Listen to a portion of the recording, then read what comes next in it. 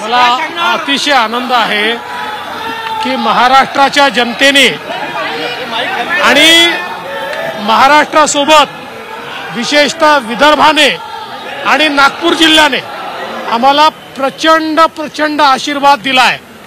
जे लोक सांगत होते की आमचं विदर्भात पानिपत होणार, आमचं नागपूरला पानिपत होणार, त्यांचं पानिपत झालं आणि जनतेने आम्हाला आशीर्वाद दिला। मी महाराष्ट्राच्या जनतेसोबत माझ्या कर्मभूमीचे म्हणजे नागपूरचे आणि विदर्भाचे विशेष आभार मानते। खरं तर वानखेडेवर आता शपथविधी होत आहे। 2014चं सगळ्यांना स्मरण आहे। परत एकदा वानखेडेवर मुख्यमंत्री विदर्भवासियांची इच्छा आहे की विदर्भानं भरभरून दिलं भाजपला, विदर्भातला नागपुरातला पुन्हा मुख्यमंत्री व्हावा इच्छा आहे। बघा, तुम्हाला अगदी स्पष्टपणे सांगतो, मुख्यमंत्री कोण होणार हे 3 पक्ष मिळून लवकर ठरवतील। ते ज्याला ठरवतील तो आमचा मुख्यमंत्री असेल। 133 जागा एवढा स्ट्राईक रेट आहे। नाही, हा खरोखरच अनप्रेसिडेंटेड अशा प्रकारचा स्ट्राईक रेट आहे।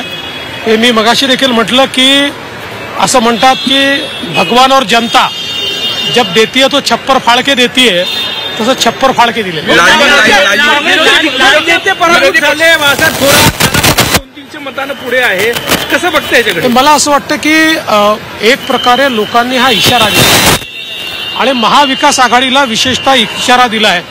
ज्या प्रकारे त्यांनी आम्हाला टार्गेट केलं, व्यक्तिशः मला केलं, माझ्या परिवाराला केलं, भारतीय जनता पक्षाला केलं आणि आमच्या महायुतीला केलं, ज्या प्रकारे हे टार्गेट त्यांनी केलं, माझं मत आहे की जनतेने त्याचं उत्तर दिलेलं आहे। अशा प्रकारचं टार्गेट करणं हे जनतेला आवडत नाही। पुन्हा ईव्हीएमवर आरोप करायला लागले, संजय राऊत पुन्हा ईव्हीएमचं नाव घेत आहे। जाऊ द्या, काही लोक बोलत असताना मी त्याच्यावर कधीच उत्तर देत नाही, कारण मगाशी आमचे प्रसाद लाड म्हणाले की काही लोक गांजा पिऊन बोलतात, मी तसं म्हणणार नाही। देवेंद्रजी, आपण नेतृत्वात हे सगळा विजय मिळवलाय, आपण ओपनिंग बॅट्समन म्हणून जबरदस्त स्ट्राईक रेट केला, पण कॅप्टन बावनकुळे पण होते, त्यांच्या 100% या टीमचे कॅप्टन बावनकुळे होते। बावनकुळेंनी पायाला भिंगरी लावून गर गर गर गर ते पूर्ण महाराष्ट्र फिरले, संघटन उभं केलं, प्रसंगी 4 शिव्या खाल्ल्या, 4 लोकांना शिव्या दिल्या, सगळं केलं। पण मला असं वाटतं की निश्चित या श्रेयामध्ये एक मोठा वाटा बावनकुळे साहेबांचा आहे। सर, सागर बंगले से वर्षा बंगले पर कब तक पहुंच रहे हैं आप? क्या आप अपना बंगला शिफ्ट करेंगे? मैं दोपहर में ही वर्षा बंगले पर गया था और हमारे मुख्यमंत्री जी का मैंने स्वागत किया, अभिनंदन किया और हमने वर्षा बंगले पर एक प्रेस कॉन्फ्रेंस भी की है। सागर और वर्षा का नाता है, आप चिंता मत करिए। अगले 5 साल वही रहेंगे? अगले 5 साल वर्षा में रहेंगे क्या? आप घुमा घुमा के कितना भी पूछोगे तो भी मैं मंजा हुआ खिलाड़ी हूँ, मैं कोई पहली बार बैटिंग करने आया नहीं हूँ। इसलिए तीनों पार्टी के नेता मिलकर तय करेंगे और जिसको वो मुख्यमंत्री बनाएंगे उसको हम वर्षा में बिठाएंगे।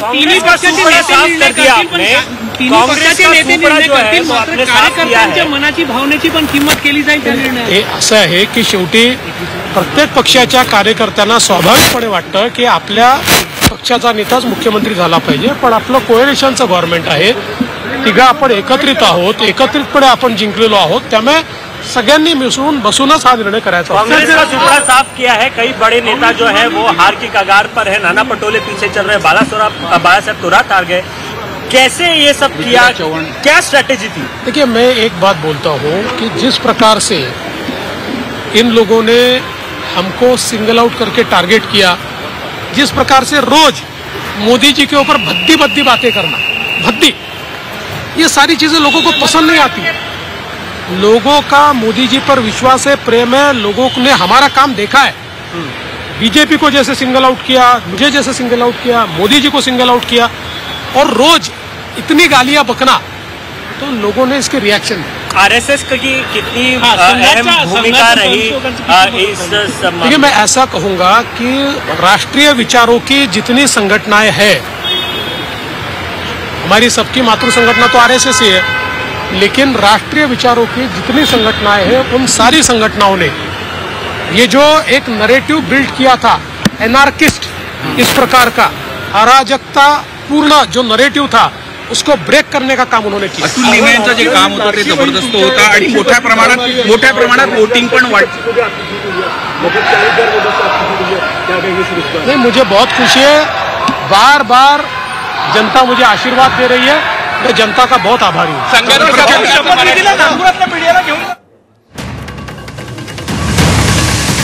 लोकांनी आमचं काम बघितलंय, जनतेनं आम्हाला छप्पर फाडून दिले असं देखील फडणवीसांनी म्हटलंय। लोकांनी आमच्यावर विश्वास सोपवला, भगवान जनता देती है तो छप्पर फाड़ के देती है असं फडणवीसांनी यावेळी बोलताना म्हटलंय।